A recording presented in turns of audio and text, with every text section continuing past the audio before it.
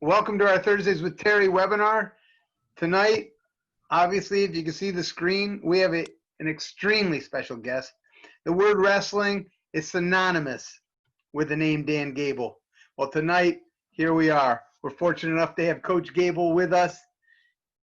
He's a world and Olympic champion. His personal wrestling accolades, we all know. We could talk for days about his personal wrestling accolades. Add to that, his coaching accomplishments. I'm telling you, they're legendary enough that he puts them at the top of every single sport. I don't care who it is. Coach Gable is at the same level as every single one of those coaches, and it's so exciting. Coach, thank you so much for joining us. And I know it's really special for Terry. And I also noticed that Troy's on too. So there's two former national champions of yours that are on. I'm sure I'm going to look through, and I'll bet you there's some more. But thank you, really. Thank you so much for joining us. Before we get started, as always, I want to make sure everybody knows that we have Frank Baumgartner here, who's helping host this, and he will take all the questions, ask Coach questions. I mean, there's got to be a bunch of them. We all want to pick his brain about 1,000 different things, and so type it in the chat bar. We will try to get to as many as we can. But I think Terry might have an announcement later in the so we might have some good news. I'd like to thank Ambit Energy and Team Global Energy for making this possible. So let's get right to it. Coach, how you doing today? Hey, I'm doing pretty good. I as a youngster, by that I mean probably once I got to college, and then from then on. So I went to college when I was 17. So probably from 17 and up till today, I always get like when somebody talks to me about wrestling and they talk about the highest level in the world, who's dominated more world championships and Olympic Games than anybody, it's been Russia. And I was on doing one of these, what I'm doing right here. I'm not sure what you call them because I've heard called different things, but I was on with 40 Russian coaches today and Asian coaches through an interpreter. So that got me fired up again a little bit, just because all my life I had this poster on the wall that said "Beat the Russians," and so it's still in me. Got a lot of fire.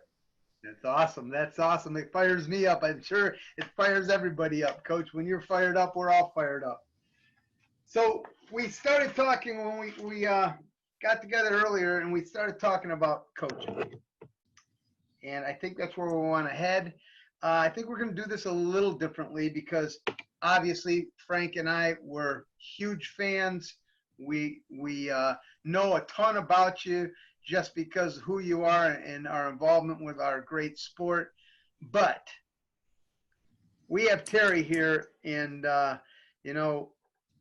we usually bounce it off our guests, bounce it off Terry. But I kind of want to lean more towards Terry. I kind of want you to take more of a lead here because you've got insight that others don't have.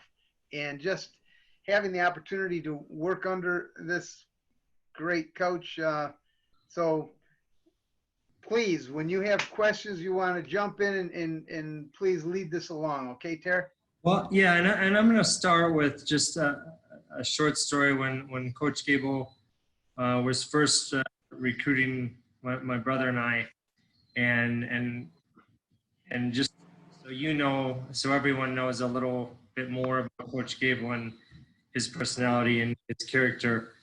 When he came to recruit us, we were from Bismarck, North Dakota, and he came up on a recruiting trip, and he sat in our dining room table, and he talked about the Iowa Wrestling Program, and he talked about his program, and the thing that really I think struck home with Troy and I was he said, you know, I'm not going to promise you anything.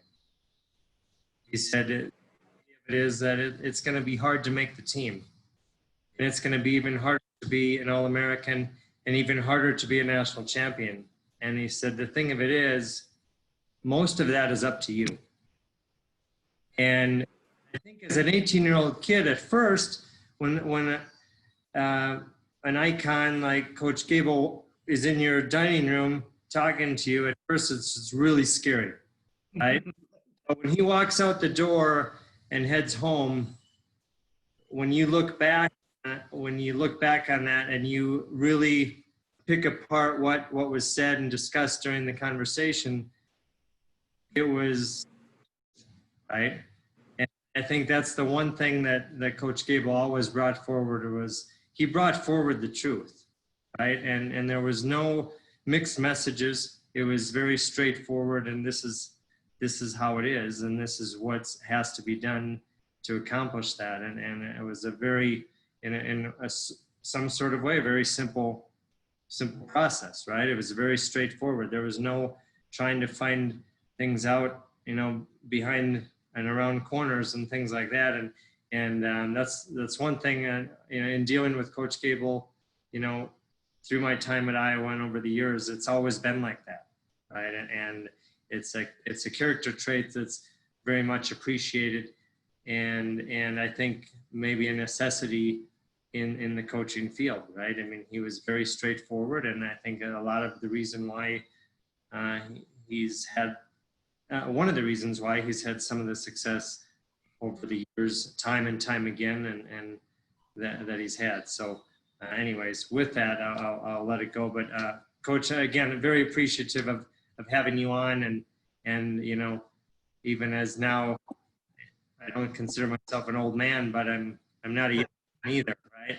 And still looking to learn from your tutelage even to this day.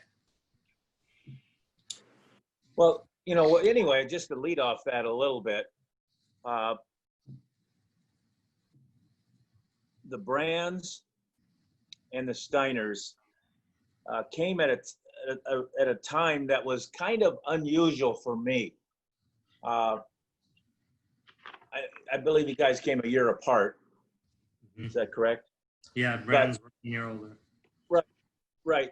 But, we all need to make adjustments, and I don't know why it takes me a loss to make me really put my foot down and say this is how it's got to be now, because when you get on a roll and you win so much that you think it's automatically going to happen, and when you think that's a mistake. That is a mistake. And those are the mistakes I make. But I go on these rolls. I went on a 7-year roll as an athlete, and I made a mistake, and I lost. And there's a lot of reasons why I lost, and it wouldn't have had to happen. But it's maybe it's good to have that to kind of get you back on track, or to reevaluate, or to do some things that you needed to do that you weren't doing just because you were winning. Now, if you could have perfection, that would be ideal, but it's not going to happen. It's just not going to happen, because there's nothing in this world that, in this universe here, that's perfect. So anyway, it just so happens the Iowa wrestling team had won 9 straight, and we were going for the record 10 straight. We get beat, and all of a sudden it makes me realize that I got to go back and analyze, and I should have been back and analyzing earlier. But when you're on a roll, especially on a roll of 9 straight national titles, you sometimes take things for granted a little bit. You just think it's going to automatically happen. So with the Brands and the Steiners, all of a sudden it happened after we had the 10th loss, or the going for 10, and we had a loss, and it was a particular people that we wanted to analyze, not so much them, but analyze what I was missing, why we had lost, to the best of my ability to understand. And we needed some discipline in our program. We needed some discipline. We needed some more toughness. And the year before, when we recruited the brands, and I actually wasn't even going out and recruiting as much as I maybe should have. I was allowing other people on the staff to maybe go out and make that recruiting process good, but maybe I needed to go a little more. And so I finally, with the brands year, I end up getting Chelsvig and Ryland, these types and the brands. And then the next year, we needed something that was dedication. We needed something that was discipline, but not just, so much toughness or orneriness. It was more like somebody that's going to, be working day and night and working at this process, and they're going to be great examples. Not that we ever lost it totally, because we would have never taken second. We as far as we fell down there after 9 years was second, but I thought it was going to be easy to come back, and it wasn't.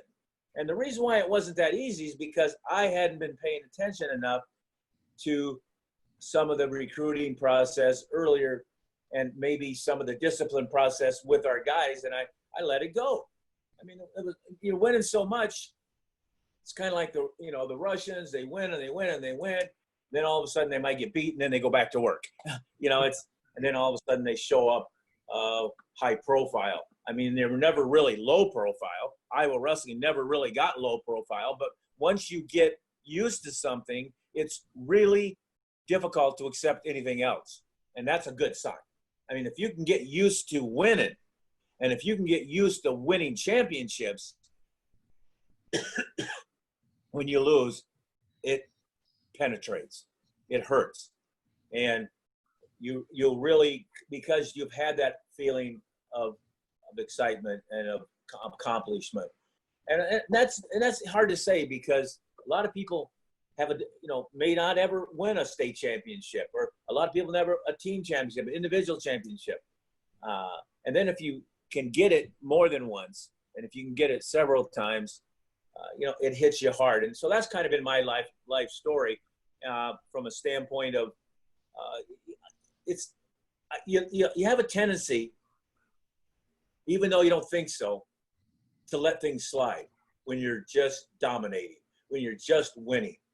And there's things like me as a coach during those years that I wasn't quite as hard as I should be on the guys, was before the Steiners and the Brands, that I was going downtown late night, probably like midnight, and I was going in to, if I knew the locations where the wrestlers hung out quite a bit, some of them, and not all of them. And so I'd go in the front door, and then they'd all go out the back door. They had a little system made up, but there's no way that I should have had to do that. It's just, I'll do it. But something was lacking, because you really, when you have the program, you don't have to worry about it. However, you got to have a majority of guys doing what you want, because if you don't have the majority of guys, then you'll have the other way is the majority. So I had a question today is like, how do you build a program? Well, you get one good guy. And if you don't have any good guys, you're the coach. You're the good guy. And so you got to count yourself as maybe a half or one. And then once you can get somebody to buy into you and they show success, then you go for another one. And the quicker you can get the majority that's over the minority, quicker you're going to have success. Because if you got a team of 30 and 14 of them are really dedicated and 16 of them aren't, you're still losing that vote or that process. Once you get to 16, that what you want, you're starting to win. So, and some people don't have anybody. So it's a process. But the sooner you get there to get one, the quicker you'll have two. then the quicker you have 3. But it's not that easy because, like I said, followers are a lot of times people that see what they want, but it's got to be successful. If it's going the other way, they'll a lot of times go the other way. So, you know, it just so happens the Brands and the Steiners, you know, they came in at a time that got me back going again. And you know, took a while to get back on top. I mean, by that, I'm saying we never felt, you know, one time in my 21 years, we didn't get a trophy, but it was during that time period. So all the other ones we got in the top 3, I believe, the top 3. But second and third really wasn't good for the Hawkeyes at that time. You know, and we're going to stay on that right there because we talked before and talk about building a culture. I know you're big on culture and, you know, this is a piece of it, but like, what did you take from your coaches and your experience in college and then coming through and building that Hawkeye culture, that Hawkeye Nation? And there's a lot of coaches out here that are on tonight, and you know, there's athletes, there's coaches, there's parents, but let's speak to the coaches right now and the culture. Okay, there's 2 things that you want to add to your culture or you want to build a culture. You got to be somewhat of a realist, and then you got to be somewhat of an idealist. Okay. And for me, I've never been a realist. I've always been an idealist. It's just the way it is. I never ever thought I never stepped on a mat ever think I would lose. I might have stepped on the mat saying, I'm a little hesitant, but I never really was defeated before I started. So anyway, when I first became a coach as an assistant, it was the first year head coach as well for the head coach, Kurtelmeyer. This would be fall of 72. But he was an assistant there. And before that, he had been a high school coach for several years. So he had been running his own show. And actually, the head coach at Iowa was Dave McCuskey at that time. And he had been kind of beyond his years. And he had let Kurtelmeyer actually run the show. So he was really the head guy in stature, but not in name. So he had a few years on me. And one of the things that I remember right away is something that happened in the wrestling room early on with the team, because we got to remember we had a team. I'm coming from Iowa State. I'm coming from West Waterloo. And I don't know if you know the backgrounds of these, my background, because I was never in a program that wasn't winning championships as high school level or college level and with the great coaches. So this was my first coaching experience, and it's away from a top-notch program, by top-notch winning championships every year.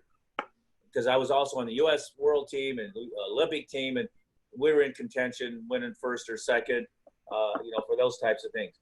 So all of a sudden, about a week into practice, a security guy knocks on the door, and he comes into practice. And he says, Coach, Gable. I go, yeah. He goes, I need to talk with you or Kurtelmeyer. I said, just talk to me. He goes, I need to talk to your athletes because I got to tell them that they can leave this building right now. I said, wait a minute, practice. We're only a half hour into practice.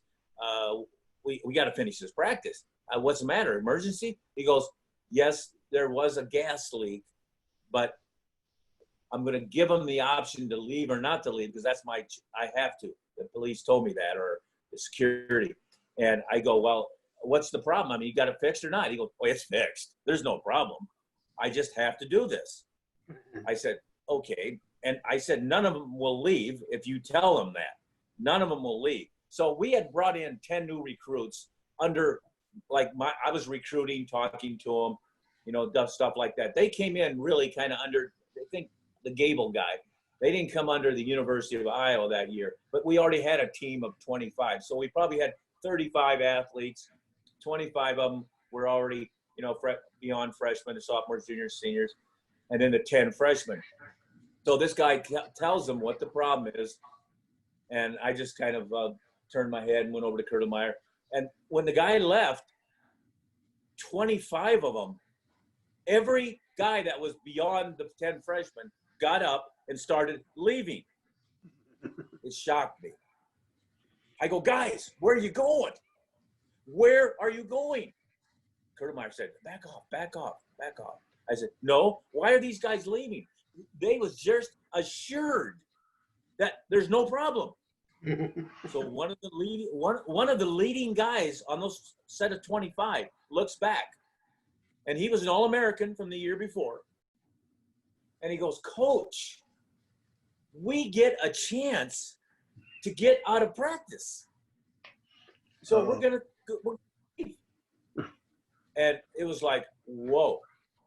I have never seen this in my career, in all my years of wrestling. So I had, 3 years of high school, 3 years of college, and then 2 more years of so I had, like 6, 8, 9, 10 years almost, and I had never seen anything like that. And so Kurtelmeyer walks over to me and he goes, you know, we're on a 5-year plan, don't you?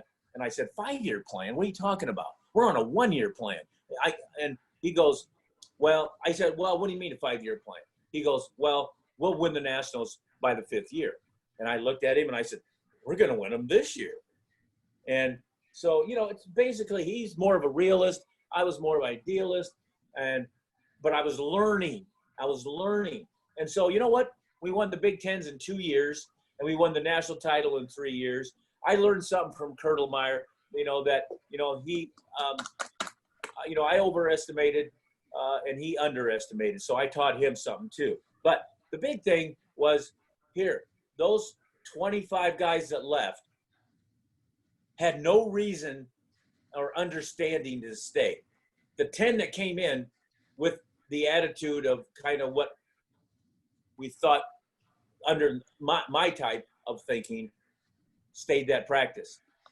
And it took probably another month of practice and then another month of competition to where those 25 would witness some of the young guys that were actually making and having success in tournaments. Freshmen were eligible by then. They started at that time. And some of the freshmen even made the team and was doing pretty well. And so it took those old timers to see what was actually going to take place before they would change. They wouldn't have changed had we not started coming up as a team, had we not started having these young guys that would actually start the new culture. So that 10 guys, and I don't know if any of those 10 actually went their way, but they had 25, and right now I had 10, and so they were going to win. So maybe the first one that walked over was a guy named, I don't even know, maybe Dan Holm, or he ended up winning a national title. Dan's, I had a kid that year named Dan Sherman that won a national title that year, but he never did change until he probably won that national title. And then he walked away. By that, he changed only because I stood over the top of him and was yelling in his ear because that was the only way he would have ever took his gear out of low gear and went to a next higher gear when practice was finishing up, when we wanted to have these hard runs and we had these sprints, but he was tired and he just wasn't used to that. But, something changed there because all of a sudden somebody jumped over with the 10 guys and then another one jumped. I don't think we ever probably in the first year had more of the guys that I wanted to be like their culture. But by the second year, we won the Big Ten championships. It's all of a sudden a little bit more changed. And then all of a sudden when we brought a brought a kid in named, like a little bit later, the culture's even changing. We had a kid named Eddie Banny come in, and we tried him out as a freshman. We didn't actually use him, but we tried him out as a freshman. And he had a kind of not an old timer, but a guy that had already been on the team. And he was heavily favored, but we still needed a match. So we put Eddie Bannick out there. And I don't know for sure, but the match was a lot closer. And Eddie might have lost by a point, or he might have won by a point. I can't tell you for sure. But let me tell you, when the match was over, the kid that was there and used to a certain way of life looked down at his uniform that he had on, and it was ripped off him. Even though he might not have won, or he might have won, he had a battle like he never saw anybody battle. And if you look at USA Wrestling, if you look at, you got examples there. I mean, you got example of how Steve Frazier won the Olympics back in 1984. I believe the singlet was ripped off his opponent, who had probably a former world champion, guy from Finland or Sweden or somewhere like that. But a guy that had been around, a guy that had been just favored to win, and he didn't win, and there was a reason he didn't win, because he got outfought, and he just wasn't maybe in as good a condition as Frazier, and that type of thing. So that's the kind of stuff that changes. So some of you coaches that are listening, people say you got to have patience. Yes, you have to have patience, but don't like it. Don't like the patience, because when you become too patient, you fall into that category that you're too patient, because you want things to happen. And don't ever tell somebody it's going to be 5 years before you win a national title, because that's crazy. That's crazy. You tell them they're going to win it this year, but you don't, behind his back, you're thinking, well, maybe this is the way I'm going to get him to build. And I don't want to count him out. So I'll never tell him he's going to lose. Have you ever said somebody on the mat to stay off his back, to not get pinned, just to hold the score down? Bull. You can't do that. You can't do that, because then you're going to lose the athlete. He has to know how to be able to perform the best of his ability. Now, there's strategy that you can use, and that's what I wasn't good at when I was in high school and college. I was tough.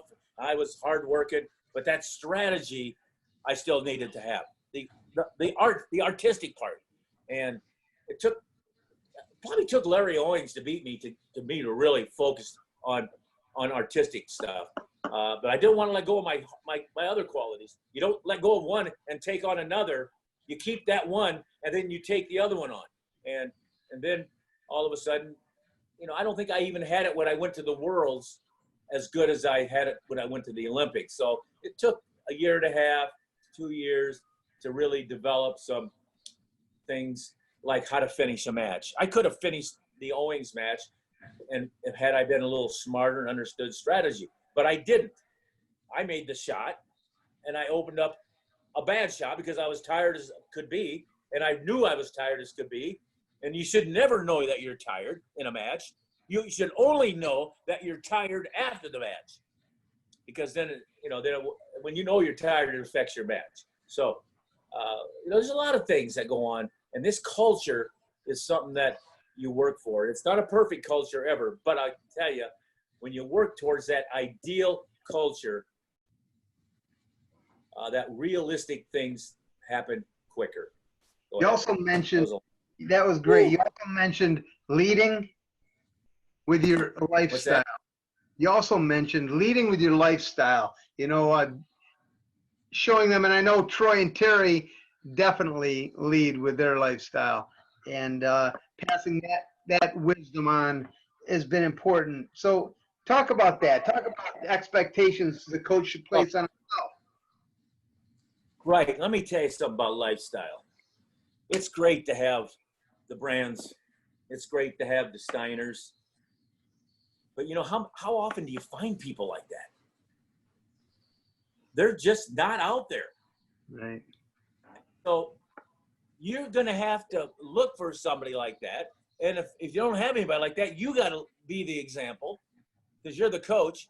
But more than that, you have to adapt to what this guy's lifestyle is and work him to the point that he still wants to be there, but he has motivation to actually go to something else. But it's really, I mean, I've had some of the craziest guys on my team. I was just gonna bring some of them up, Coach. I was just gonna ask you to bring up a couple, and I'm not gonna say names like Royce. Oh, Royce Ellis.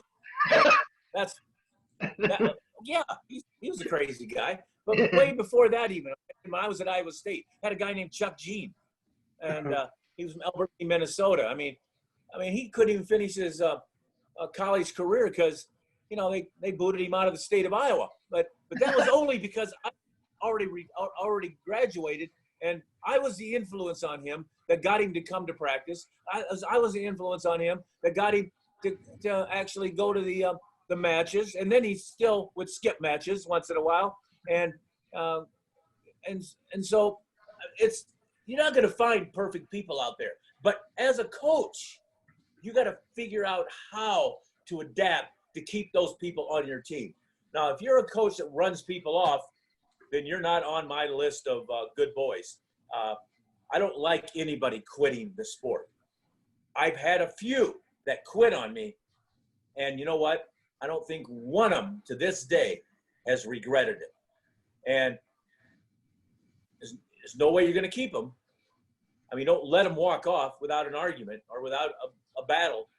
But if they make up their mind and they go, that's a mark against you. I want you to know.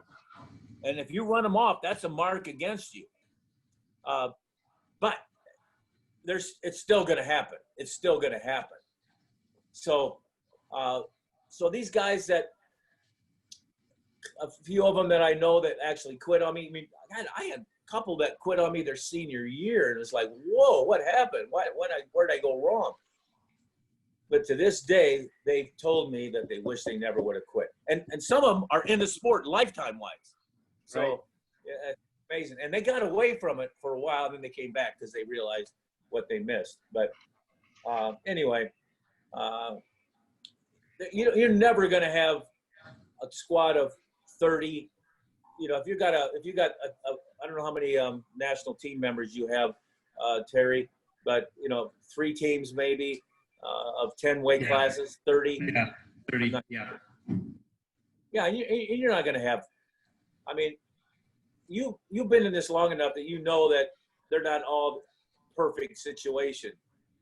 Very seldom you have a perfect situation, but you know what? You need some good examples because those good examples will help them as long as they're being successful. If they're good examples not winning, you might as well say the other guys are going to just keep doing what they're doing. They're not going to be drawn towards anything because the last thing they want to do in the world is get up at 6 o'clock in the morning and go in and work out before school starts if they're still going to get beat.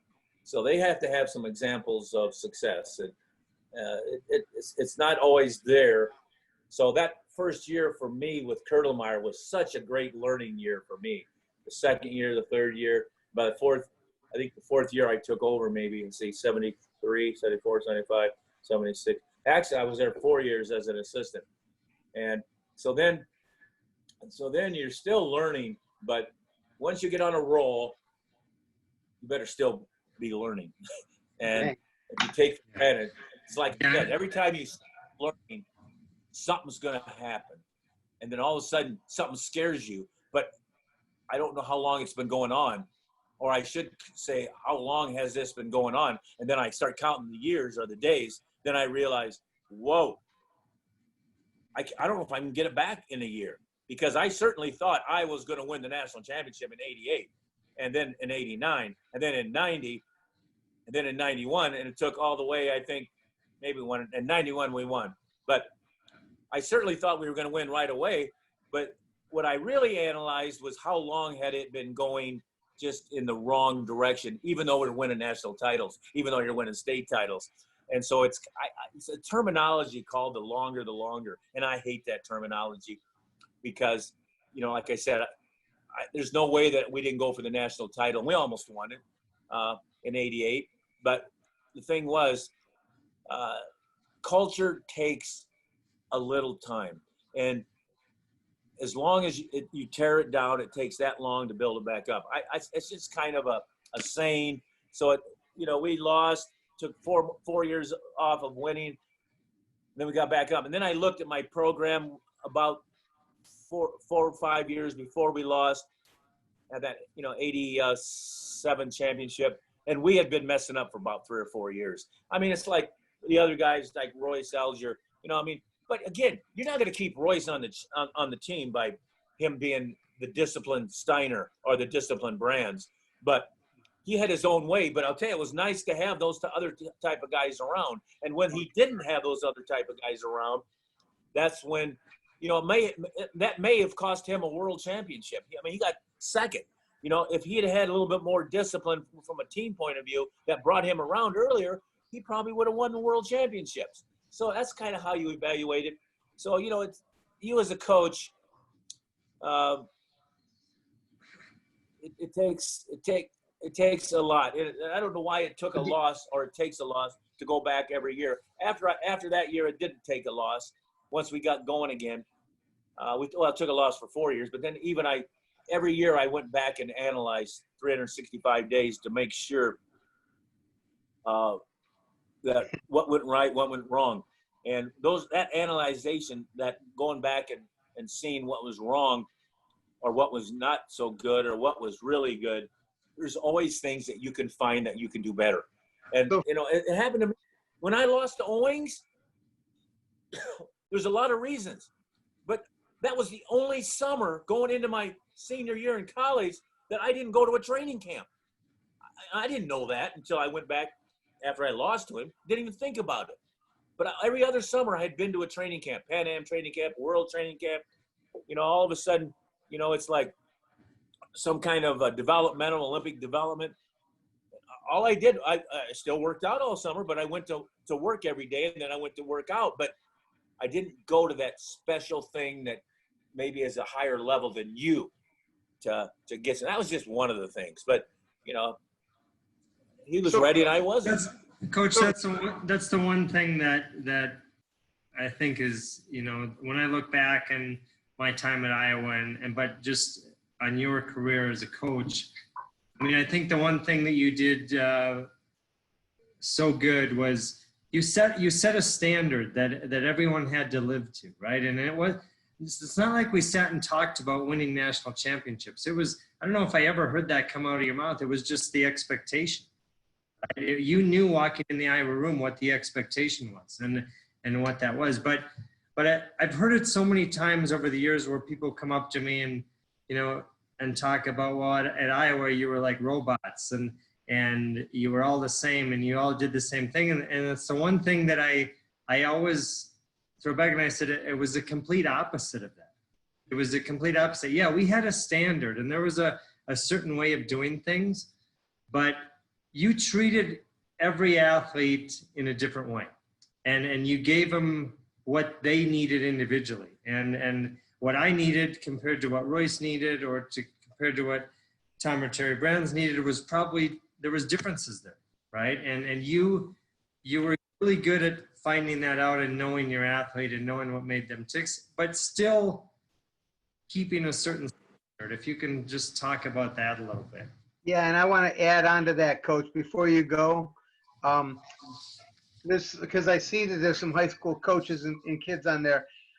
And the role that people like a guy like Royce, who every time I say his name, I have to laugh because I know him a little bit. And the role that some of those guys play that actually help the team win.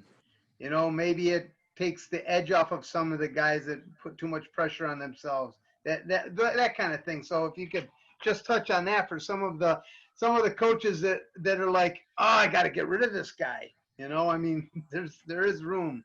We just got to mold them, right? Well, I'm sure there's, even though I said you don't want to get rid of anybody, I'm sure there has been a time that you've had to get rid of somebody. I mean, I had to get rid of Brad Penrith. I mean, he's in the national finals 3 times, and it was just one of these things that I had to. But you know what? I only got rid of him for maybe a week, and because all of a sudden things weren't happening without me actually kicking him off the team. He was still being the same guy, and there needed to be some changes a little bit towards the team effort, and so it came to the point where I said, "You're done," and he came back in, pretty much pleaded, and I don't know how long it was.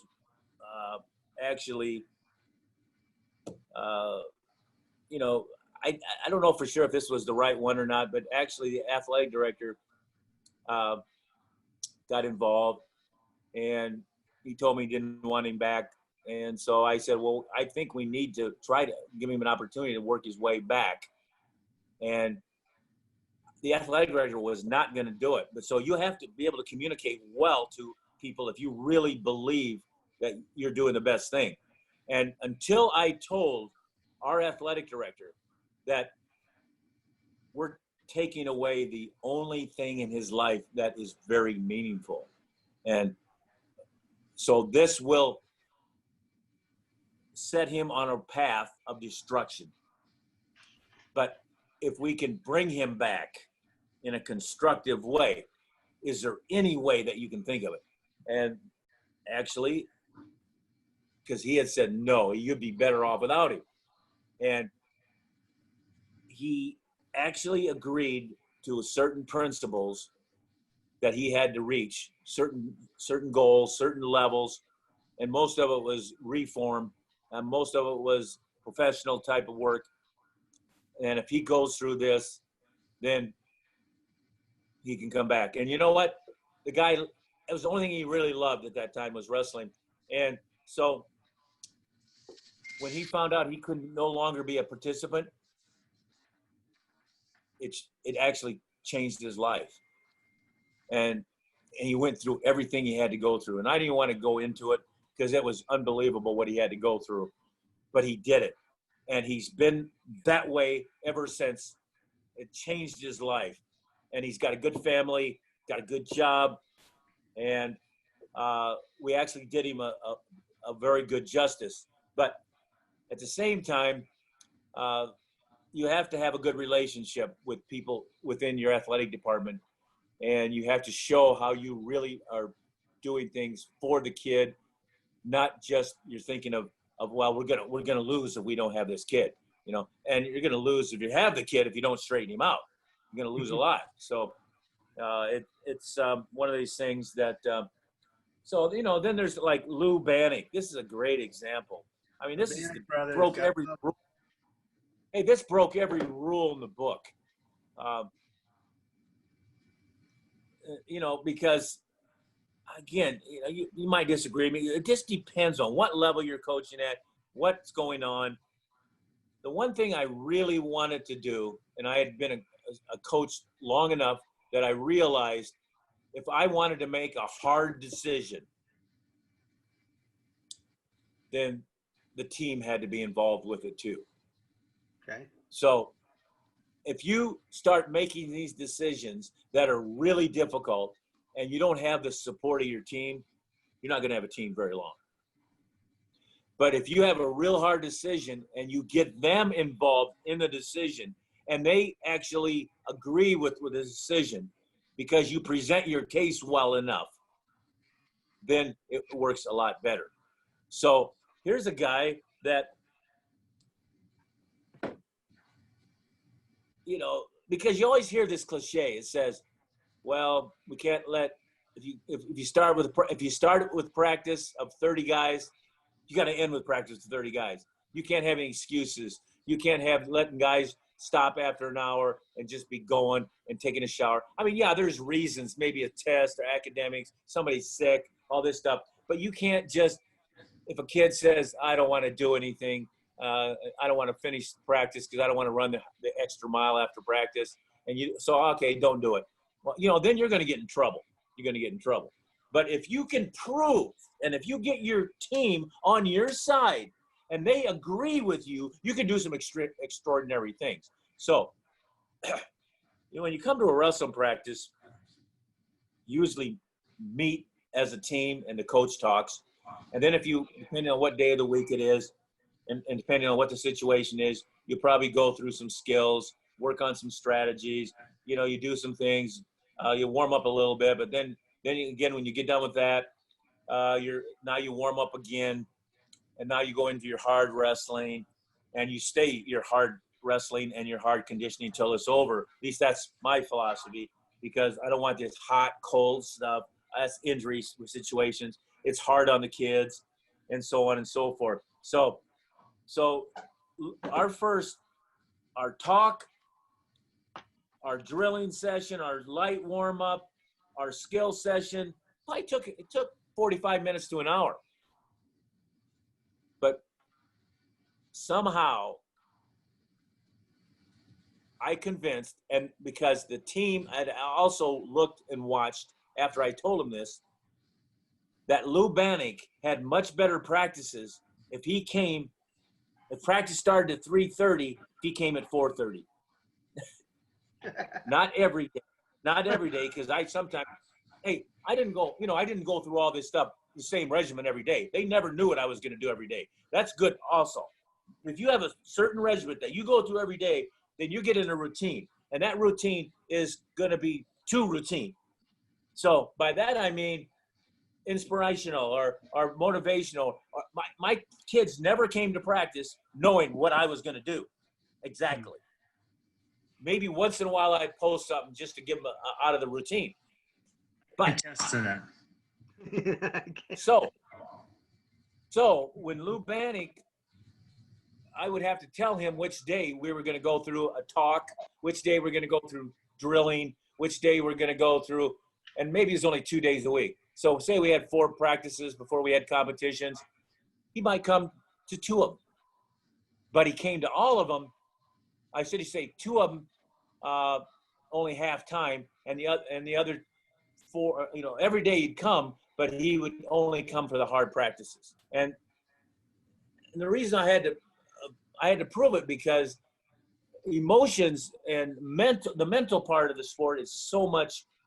When a guy feels good, when a guy is, as compared to bored and he just has no attitude, then he's not going to win. And so some way you got to find, and I'm not saying I don't like doing that. I do not like doing that. I'd like to have all 30 do the same thing. And majority of years we had that, but every once in a while you had to set somebody out. Or maybe even a guy like Mark Ironside, who didn't know how to, the night before a match, his night before practice was just like every other day. He just wanted to practice hard. And so I as a coach, had to learn to step in and say, hey, Mark, I want you to stop, because I don't want you to get hurt. We got competition, and the team needs you. So would you stop wrestling at practice right now? I said, go use the sauna, go run some sprints. I want something less dangerous than what you're doing right now. So we need you, because you always, there's always little bangs, you get little injuries, you can sprain an ankle just like this. So tear a rib. So Yeah. anyway, go ahead. Yeah. So we got some great people on tonight. We got some great questions, and normally about 7:45 we start asking these questions. Terry, do you have an announcement you'd like to make about Coach Gable? I don't know if it's public knowledge, if it's set in stone, that I would like to tell these guys. Well, yeah, we're honored to have Coach Gable on one time, and he has. We talked today, and he's said that he is willing to come on for a series of webinars over the next months, and so we're grateful for that. And so we're looking at the next 4 to 6 months, having Coach Gable on once a month for the next 4 to 6 months, and then learning everything we can from him, and hopefully we can put it to use within our own programs and within our own lives. And Yeah. um, This is yeah. Thanks, Terry. And Coach, I mean, there's so many people out there that are being blessed by this and this information. And Frank, I'm going to pass it to you because there's and so let's go right to him. Yeah, we were talking before this webinar, and we were just so fired up just about the topics that we're looking forward to talking to Coach with, and over the next 4 to 6 months, like Terry was saying. So, Coach, from John here, you mentioned that your losses were times you identified that you had to change your vision or leadership. So, besides losses, were there any other instances that made you kind of refocus, such as technology, rule changes, or anything like that? Oh, yes, absolutely. Whatever the rules are, you got to wrestle to the rules. We had some guys that were unbelievable on that. I mean, every once in a while they might get a penalty point against them, but they could afford it, But they were that dominant. But usually, you push it right to the edge and you don't go beyond. So, it's like a rule that a push-out rule. The rule goes one way, the rule goes the other way. Then all of a sudden, you don't know exactly what. You have to figure out how to wrestle within that rule. But so say for an example, I had a coach that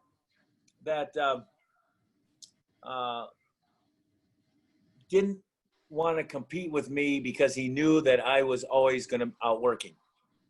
So they want to put strict guidelines on coaching hours and duties, that type of stuff. And so all of a sudden, a rule became that you couldn't practice after your match. We had a match and we won the match or we lost the match. Well, we never lost hardly, but so all of a sudden you couldn't take your team into the practice room and practice with them. And that became because we probably did that sometimes. You probably heard about us maybe going from a meet right into the practice room and having another little practice. And so all of a sudden on match days, you couldn't hold a practice with your kids after a match. So for me, it was like I was mad at the beginning, and then I looked at who the coach was, and I can understand. And he even said, "Hey, Gable, I know you're going to be working harder than me. You're going to take your team in there. I'm going to try to keep you out of that practice room as much as I can." So even in the spring, because there never used to be rules for how many days you could practice and all this stuff. They knew I was going to be 365, so on and so forth. So anyway, I'll just give you an example of this one rule where they said you can't practice after a match with a coach. Well, what am I thinking? I want to teach these kids independence. I want to teach these kids that they know what to do without me. So, guys, in the practices, if you're halfway wanting to be good, after your match, you're going to go up in the wrestling room and you're going to get a workout. Or you're going to go right beside the match and watch your other teams competing, your other players compete, and you're going to jump and rope. You're going to do push-ups. You're going to be shadow wrestling. You're going to be hand fighting. I mean, whatever you want to do. Are you going to work on things? And so it worked as a blessing to me because the guys still ended up doing it, but it was a change in culture again. So it took a little time. Not everybody did it because a lot of the guys, they were dependent on me. But now I was putting more of the dependence on them. But we had to have some examples again, like the Steiners, who would love to go work out after the match, as long as they won. And if they lost, they'd work out even harder. But they never hardly lost either. So, bike ride, right, Coach? 24-hour bike ride. Yeah. 24 That was hour. great. You know, it wasn't 24 hours, but it was all night long. It was till midnight. 10 till he rode a bike all night in Airdyne just to see he could do it. But anyway, the Steiner boys, you know. So anyway, there isn't a rule that you can't figure out how to make it work. Don't ever give in to a rule that you think is necessary for somebody or for your program. You know, it's time to unblock and get smart with the sauna rules. For you can't use saunas. You can in USA Wrestling and so on and so forth. But you know, at that level, but you know, they were blamed for something that shouldn't have been their blame, and it was easier to take it out instead of education. So education is the really important part, especially with high school coaches, especially with college coaches, you know, because at the highest level, USA level, they are educated, I guess, because they still get to use most everything. There's not too many rules there that you're going to take away from training. But, you know, it's sometimes people make rules because of simplicity, and I like simplicity, but I do not like taking something away that's going to enhance your performance. And as long as you know how to use things, but you know, until you prove that you know how to use things, they're not going to endanger the lives of anybody. Right. Frank? Yeah, so this one I'm gonna take a question from Tim Myers and Laura Conway, and I'm gonna kind of smash them together here, and it could be for both coaches. So Tim's question was, how would you coach a competitive high school team currently here in 2020 differently than you would have with Iowa when they were obviously in your primes there? For sure. Go ahead, Coach. Actually, go ahead. Don't give me too many questions to remember. One at a time, okay? You know, hey, I got a lot going through this. I got a lot of wrestling going through here. Don't remember a lot of stuff. We got 46 weeks. We got 46 months. That's what you said. 46, right? Yeah. There we go. That's a Madagascar quote. Go ahead. Question. Give me that one question again. So, question: how would you coach a high school team right now differently than you did Iowa when you guys were in your prime? Or a college team, you know, whatever. I would actually stay updated with what's really scientific and what's really known in this world.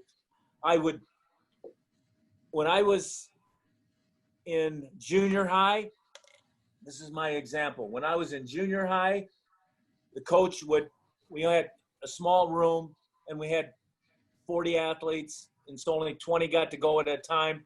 The other 20 was out running sprints in the hallway. So at that time, you didn't even probably hear much of infections or skin diseases or something. I don't know. But anyway, so he had us wrestle, and then we kept the same wrestling shoes on, went out and run sprints in the hallways, in concrete hallways. Okay, so then they come back in and wrestle again. You know, so over the years, if you're going to be a lifer in the sport and you want to go a long time, you can prevent a lot of injuries. You can do a lot of things that's more healthy if you're smart, like clean the mats, like make them, if they're going to go run sprints, change into running shoes. And if you're really smart, you don't even have them run on concrete. You know, I used to have the guys run around Carver Hawkeye. It's about a quarter mile. They'd run in. I let them run in running shoes because that smartness had already been there. But it was still hard on them. And over the years, I'd look out for their longevity, not only for wrestling longevity, but for life longevity. So as you learn good things in life, it's kind of like the sauna thing that I mentioned. There's some unbelievable health benefits for sauna, but if you don't use it right, it's not. And so it's so simple to change a pair of shoes and then take those shoes off and put your wrestling shoes back on. Whether you run it on concrete, which you shouldn't, you should find a place that gives a little, but for sure have the shoes. That's important. Or for example, sometimes I would make the guys carry people upstairs in the arena, and we had like 46 rows or whatever it was, 50 rows, and they'd have their running shoes on. But I might do that sometimes 2, 3, 4 days in a row. Well, if you work them to capacity, you're not going to want to bring them back and do that same capacity. So you got to be smarter, because now you learn about recovery. You learn about what's healthier, what's more safe. And I'll tell you what, I was always pretty good at this, but until I got good at this, there was a lot of more injuries than it should have been. And that was simply making sure kids have space to wrestle in, and if they don't have space, and if you need all the guys out there, then the guy that's executing the move is responsible for any injury. And that means somebody that is taking a move and there's a guy with his back to you, you do not take him in there in practice. Now, you don't have to worry about that in a match, except for going into the grandstands, and you might get penalized. But in practice, you have certain rules to keep your health, because it only takes 1 second to get injured. So basically, I'm talking about safety issues. I'm talking about a lot of things that are maybe a little bit different rules that you have to incorporate. And whether you like it or not, you have to figure out how to not get around the rule, but actually be as good, if not better.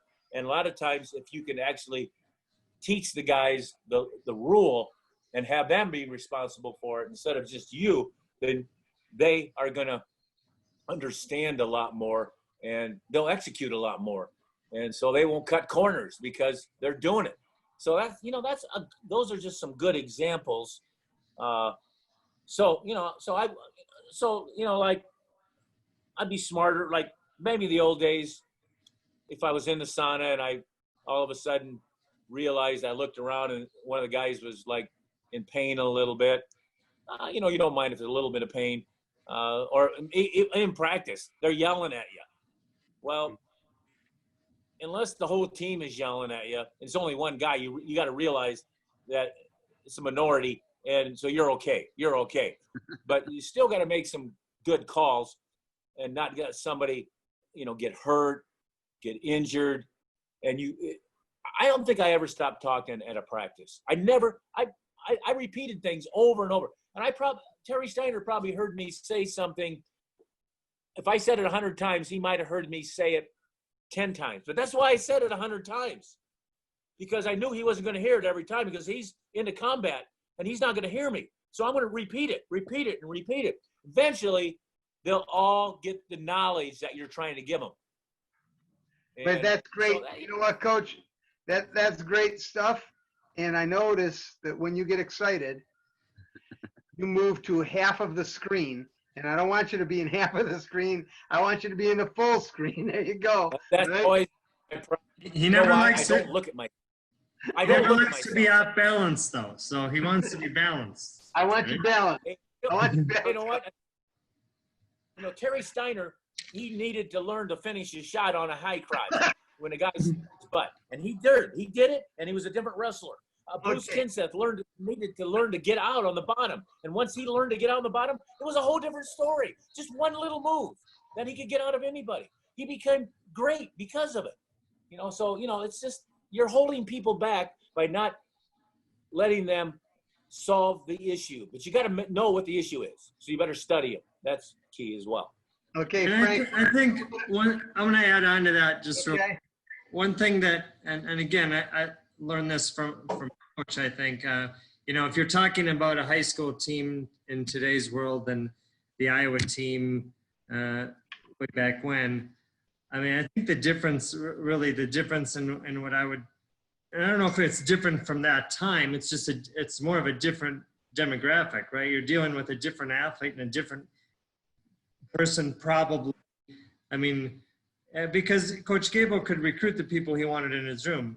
in a high school team, you're coaching whoever walks through your doors, right? And that person may not be talented, may not know how to walk and chew gum at the same time, right? I mean, you're teaching everything at that point. But the biggest thing you're teaching is you're teaching them passion for the sport of wrestling. You're teaching them to fall in love with that wrestling room, with training, with the coaches and the people, the environment that they're in, right? And so I think, once we were at the University of Iowa, we knew why we were there. We knew we had a passion and a love for the sport, and I think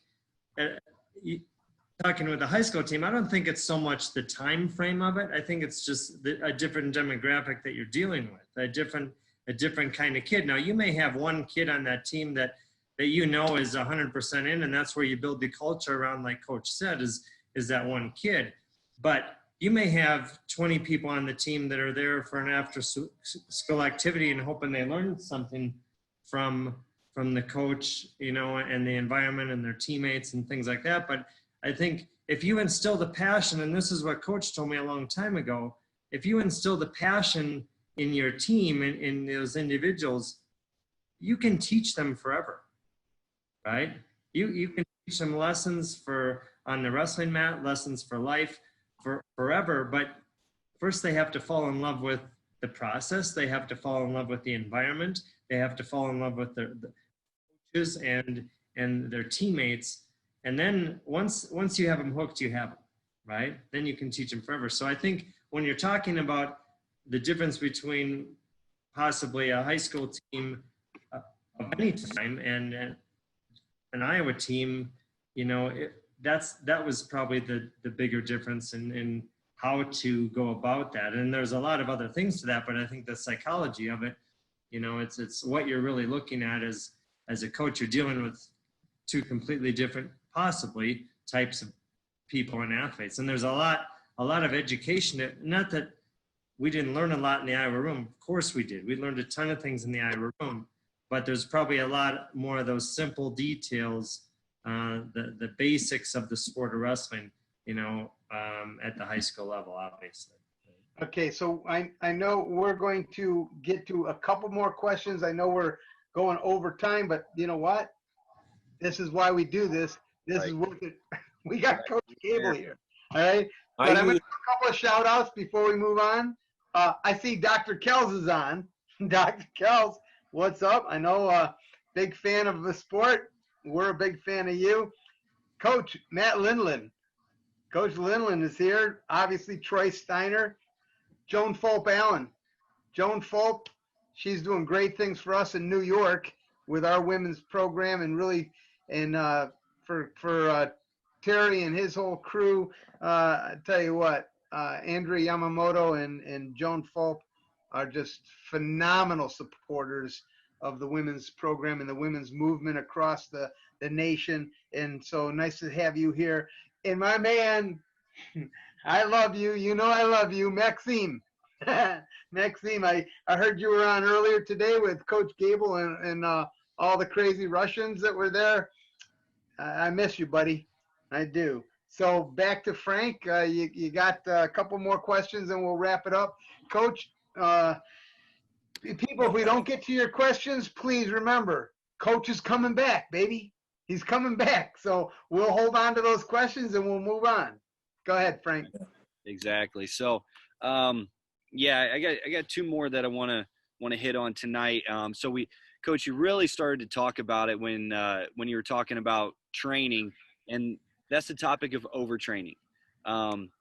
So in your opinion, is there such thing as overtraining? And then if so, how do you know when you are overtraining your athlete? There isn't such a thing as overtraining, but yes, there is such a thing as overtraining. So that's a hard one to figure. But well said. Because I said, okay. So basically, you can't really work hard enough. I mean, it's kind of like Mark Ironside, but you got to have somebody in there to let him know that it's not just, it's not just you. There's a team that depends on you, and then also there are certain things that you do to peak a little bit, feel better. You want to feel good. You don't want to feel beat up. So, so I want you to be healthier. So, I want you to hit the cold plunge, or I want you to go to the sauna, the steam, or a shower, get a massage. You educate that stuff. Overtraining is only when the athlete doesn't want to be there, and for real reasons. I mean, you can see it. And he's overtrained. When somebody's not trying and they're letting somebody beat him up, then there's problems. And it might be overtraining, might just be attitude. It could be a lot of things. But overtraining is about a lot of things. It's not about just running in that extra mile that you shouldn't have to run. It might be just an attitude. It might be all of a sudden you just got an F in a course. You got and you're going to practice and you're not in the right frame of mind. And you probably, when you're not in the right frame of mind, you're going to be overtrained because you're not going to show up. And when you don't show up, well, somebody's going to do things to you that's not good for you or the program. So, that's kind of what I'm saying. So, I had a couple of quotes here that I want to throw at you. Then you can give me the last question. I just, it's like, I like to say win in regulation, win in overtime. But damn it, win in regulation. So, okay. So there's another one. Okay. So it's like win with humility. I'm stealing this from my coach in high school. Win with humility, lose with dignity. But damn it, don't lose. So I'm getting a little voice. I shouldn't swear, but they did to me. So I remember it when they told me this. When they and that's the emphasis. Sometimes you got to go a little hard to get that emphasis. And I think I remembered the swear word more than I did anything else, or it made me remember the other parts. So that type of thing. So anyway, that's kind of one more question, and then I got a family thing I got to go to. Oh yeah. No, Yeah. This is great. Before you go, and if coach has to take off, that's great. We'll wrap this up. But go ahead. Last question. Yeah, last question here, coming from Laura. So to both coaches here, so have you seen a change in the methods that are successfully used with building team culture that differ from, say, a decade ago?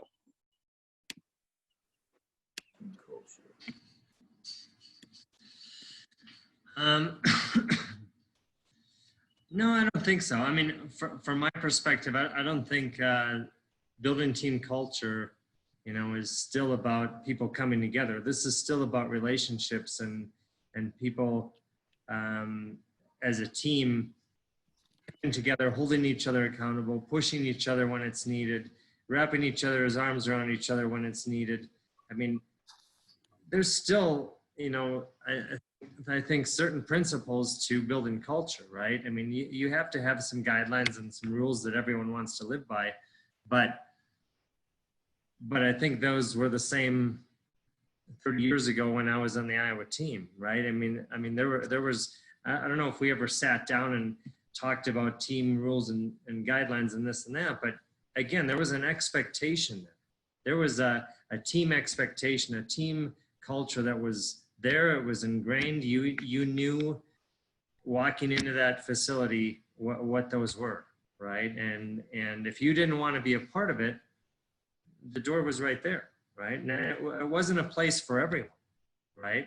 It was a place for people that wanted to achieve something great, and then they were willing to work hard for it. And then I think those same principles are today. When I'm dealing with our national team, I mean, there's a certain lifestyle to winning at the Olympic level or the world level that you can't get around, right? And maybe there's some people that are more on target than others, but like Coach said, for the most part, you better have the majority of the group pushing in the same direction and working in the same direction, keeping each other in line if something is going out of place. Not that it's everyone's job to keep the next person in line, but maybe it's their job just to know, maybe you don't have to say something physically, but maybe you know, are tough on them the next day when they show up to practice not ready.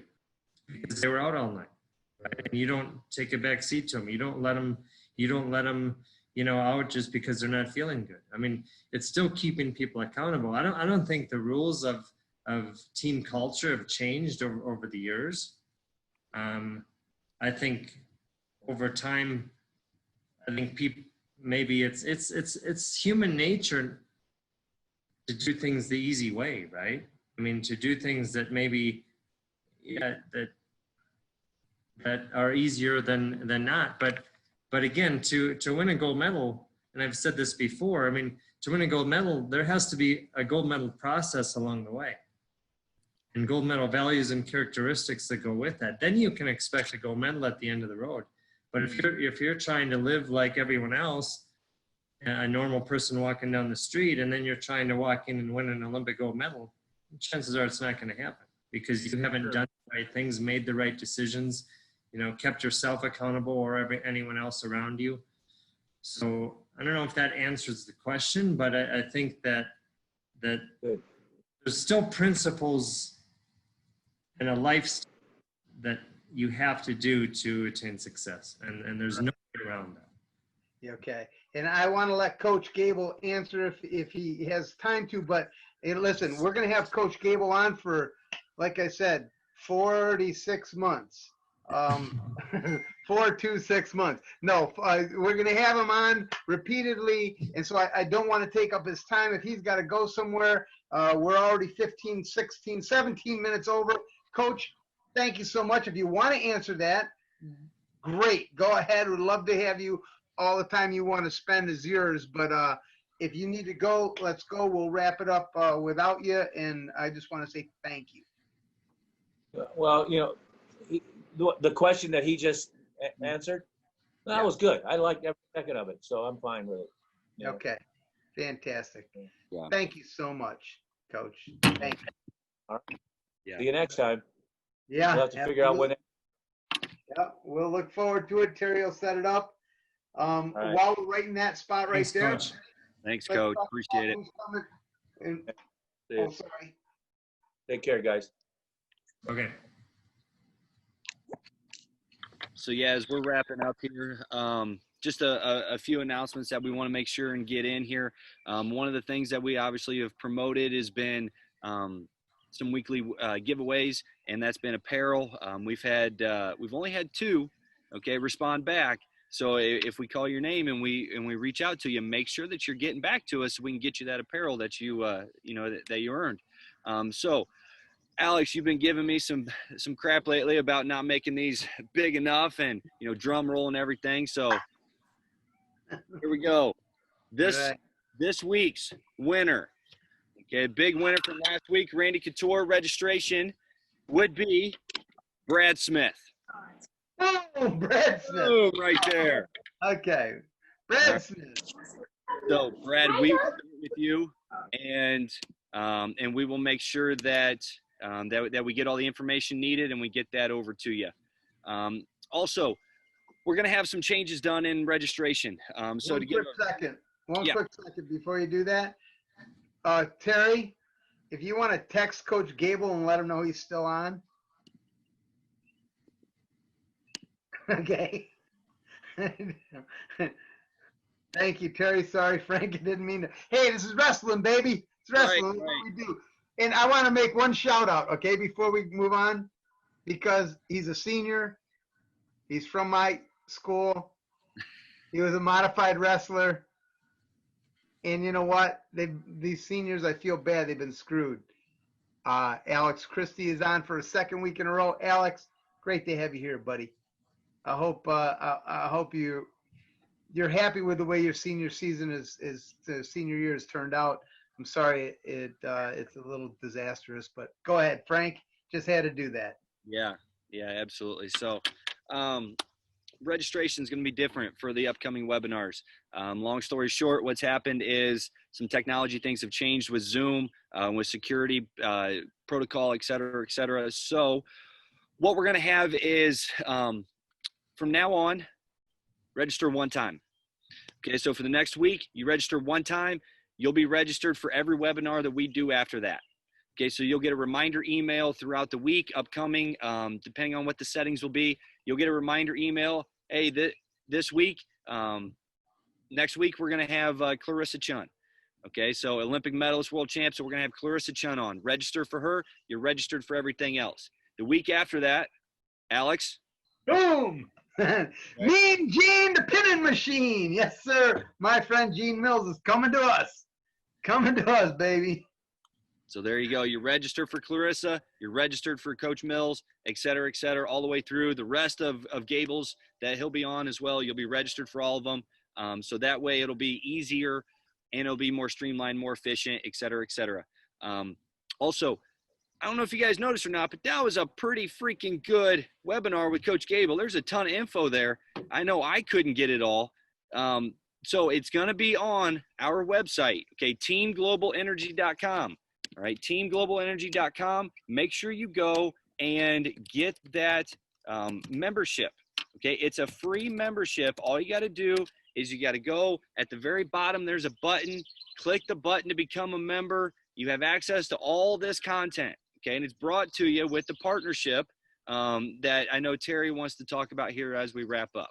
Okay, so again, from my heart, guys, I appreciate you being on tonight, bearing with us through all the technology stuff that's going on. So thank you. Okay, and so a couple things. First, I'd like to talk about our partnership with USA Wrestling and Ambit Energy. So, and then after that, I'm going to leave you with a story of one of my first years at the University of Iowa with Coach Gable, and we'll leave it with that. But first, I want to talk about USA Wrestling has partnered with Ambit Energy, and they're basically the hosts of this webinar series that we're doing. And you can be a part of that in a few different ways. We'll put a link in the chat box that you can go into and click on, and you can be, what Ambit Energy is it's a supply company that we use the energy bills, and each energy bill that comes in through all of you, a portion of those proceeds go to USA Wrestling national teams to help support our women's program, our Greco program, and our men's freestyle program. So we're grateful if you can help out in either way. There's different ways you can be involved. You can be involved as a customer and giving your energy bill and having the supply coming from Ambit Energy. Nothing will change on the bill that you have currently right now. It will just show on your bill that the supply of energy is now from Ambit Energy. Or you can become a part of the business and be a consultant with Ambit Energy. So Frank will put that into the chat box, and you can look at it and give you more information, but we'd sure love your help. And this is one of the things that we're trying to do to help the national teams financially, right? So enough of that. With that, I was, one of the things that Coach was really good at, and I talked about, we never talked about winning national championships. We never talked about what was right and wrong. We never talked about what the expectations were. They were just in the air, right? And when you walked in the room, there was just a certain aura about that room that you knew what was expected. You didn't have to ask the question. And so my freshman year, I was redshirting, and so I wasn't on the team. And the team went, and for 1 year, I think they had a Big Ten dual championship. And I think they only had it 1 year. And while Iowa went to the dual championship, and they made it to the finals, but they didn't look good along the way. And then in the finals, they actually got beat by the University of Michigan. And we came back home, and we went through on that was like maybe on a Sunday, so probably on like Tuesday, we went through a hard practice, a 2-hour practice, and then Coach Gable said, "Put your running shoes on." And when he said that, your heart stopped kind of, because you knew that something hard was coming, right? And so we went upstairs to the top of Carver Hawkeye Arena, and at Carver Hawkeye Arena, if you've ever been there, the top concourse at Carver Hawkeye Arena is about about a quarter mile around the top of that. So we did a lot of sprint laps around that, and a lot of stairs in that arena. But on this particular workout, coach said, okay, line up, everyone line up. And so we lined up, and he said, okay, so during the course of the dual meet, the 3 dual meets we had at the 10 dual meets, we had 12 stalling calls. And he said, so we're going to do a sprint lap for every stalling call that we had. And so, you know, he said, okay, up first, I can't remember who it was, but I want to say it was like Northwestern or something like that. And there was 3 stalling calls. And so we did three, you know, laps. I love it, baby. Laps.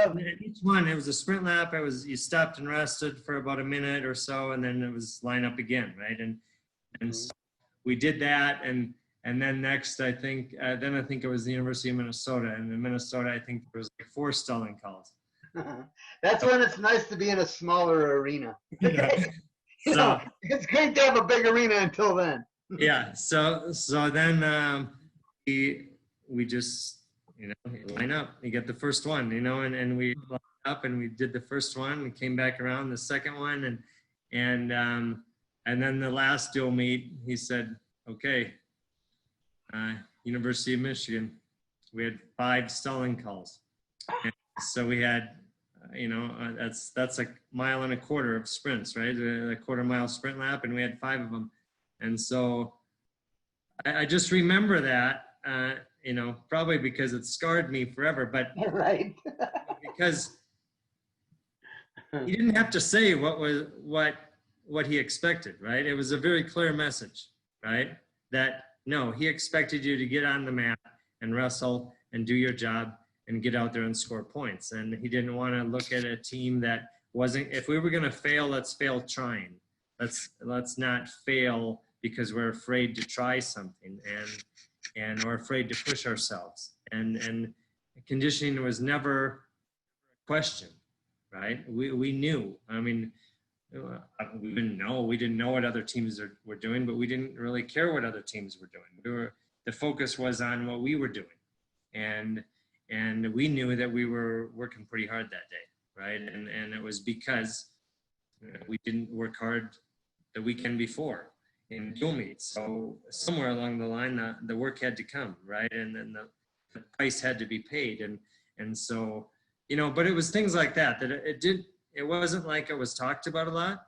And we never talked about it again. It was just like, okay, we got 12 stalling calls. Let's go. You know, and we lined up and we did them, and everyone understood very clearly that next time we stepped on the mat, he wanted to see action. And that was the kind of coach Gable was, right? It was never a loud voice. I never heard him yell. I never heard him scream at someone. It never happened to me. And I've heard him scream at a ref. What are you kidding? Maybe at a ref. Yeah. Man, he was going to protect his team. But it was a very clear message, right? And I think that's the one thing that really helped as an athlete and now as a coach, and thinking about all of you as coaches out there, is you have to be clear with your messaging, right? A lot of times we give mixed messages, and I'm guilty of it as well if I'm not thinking about what I'm doing. And so make sure your messages are clear when you're dealing with your team, right? And what your expectations are and what you want. And, you know, it doesn't mean you're mad at him. It doesn't mean that he was upset with us. It was just like he expected more, right? And that was it. Bottom line, let's get it done. We don't have to talk about it. We don't have to, you know, sit and cry about it and argue about it. It was just, okay, that's the expectation. And if you're going to put on the Iowa singlet, that's what you're supposed to do.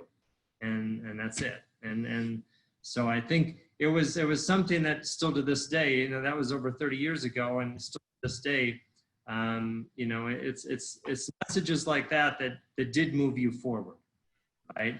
That I look back on that, no, that day did move me forward. Maybe it knocked me down a few steps right away because, yeah, you know, you're struggling from it. But what doesn't kill you makes you stronger, right? And that moment, that day did make me stronger as an athlete and a human being. Right? And so it was moments like that that I'm grateful for being under Coach Gable as an athlete and having him as a mentor.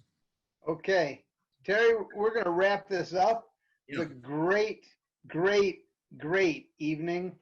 I would like to just mention a couple of things as we go. One, Clarissa Chun, gotta love her, next Thursday. Mean Gene, the pinning machine, the following Thursday. Coach Gable, I want to throw this back to Frank. Can we copy these questions we didn't get to? I really think the format with Coach Gable should be a little different. Okay, I think we should start our questions early. So we can get to what they want to talk about. There were a lot of great questions, and I want to get to them. I mean, some of them that were in the actual, I keep saying the chat box, but there's a question and answer box. Yep. The questions in the chat box, there were some terrific ones. I really want to get to it. Guys, we didn't get to yours. We will change the format. We will bring those questions in earlier so we can get to more of them because they're super. I hope you. Alex, I'll go ahead and tell you right now. We just had another one. Rachel put in the chat or in the Q&As right now. I'll tell you right now, I've got them all. I've got them all saved in a document. Got them marked which ones we've done, which ones we haven't. Don't worry, we will get to all of them next time, everybody. This is by far the longest one we've had, and Gable said on the planning call that this was going to be the best one that we've done yet. You know what? He's probably right. He wasn't lying. Pretty but Clarissa's coming. Exactly. I think she can whip him. Come on, Clarissa, bring it on. So no, we've got all those questions. We'll be sure we'll get to them. Like Alex said, we'll get to them a lot sooner. The next time we have him on here in about a month. Maxime, I miss you. Come see me. Okay, Buffalo's not that far from Russia or wherever you are right now. Okay. Terry, Frank. Awesome, guys. Great job. Everybody here, thank you so much for being part of this. What a great evening. Yeah. Great Thanks, job. guys. We'll see you next week. All right. Peace.